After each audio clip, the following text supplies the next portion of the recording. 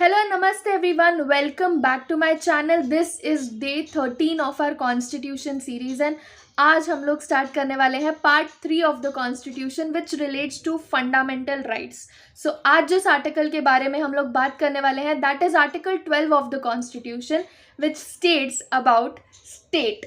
So article 12 हमें बताता है कि स्टेट की जो डेफिनेशन है उसमें क्या क्या चीज़ें इंक्लूड होती हैं. तो स्टेट में इंक्लूड होती है government and parliament of India, government and legislature of each of the states and all local or other authorities within the territory of India or under the control of government of India. अब समझते हैं कि all local and other authorities within the territory of India or under the control of government of India, इस चीज़ का क्या मतलब है. तो जितनी भी हमारे देश में लोकल अथॉरिटीज़ हैं, ठीक, छोटी छोटी जगह पर जो भी लोकल अथॉरिटीज़ रहती है वो सारी इसमें इंक्लूड होती है. जो इंडिया की टेरिटरी में जितनी अथॉरिटीज़ है वो सारी तो स्टेट की डेफिनेशन में इंक्लूड होती ही हैं, लेकिन ऐसी अथॉरिटीज़ जो इंडिया के बाहर है पर उनको कंट्रोल इंडिया करता है, राइट, तो ऐसी अथॉरिटीज़ भी स्टेट में इंक्लूड होती है, स्टेट की डेफिनेशन में इंक्लूड होती है. The best example for this is Indian embassies, right. Indian embassies जो होती है वो इंडियन अथॉरिटीज़ रहती है जो इंडिया की गवर्नमेंट के कंट्रोल में रहती है, राइट. सो वो होता है हमारा all local and other authorities within the territory of India and under the control of government of India. So Indian embassy is under the control of government of India.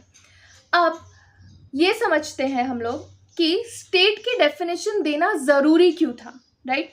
So for example अगर हम ये समझे कि mister A है, उन्होंने अगर मेरे साथ कोई डिस्क्रिमिनेशन किया है या फॉर एग्जांपल ये ले लेते हैं कि मिस्टर ए जो है उन्होंने मेरे घर पे चोरी की है, राइट. तो मैं क्या करूँगी, मैं मिस्टर ए के अगेंस्ट में जाकर कोर्ट केस करूँगी, एफआईआर फाइल करूँगी, राइट.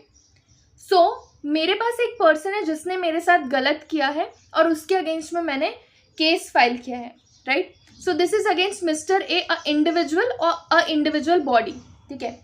लेकिन अगर गवर्नमेंट की कोई भी गवर्नमेंट ने हमारे पार्लियामेंट ने या फिर स्टेट लेजिस्लेचर ने या कोई भी लोकल या अदर अथॉरिटीज़ है, राइट, उन्होंने कोई भी ऐसा रूल बनाया है, कोई भी लॉ बनाया है, कोई भी प्रोविजन बनाया है जिसकी वजह से मेरी कोई भी फंडामेंटल राइट वायलेट हो रही है, राइट, तो उसके अगेंस्ट में मैं किसके ऊपर केस करूँगी, राइट.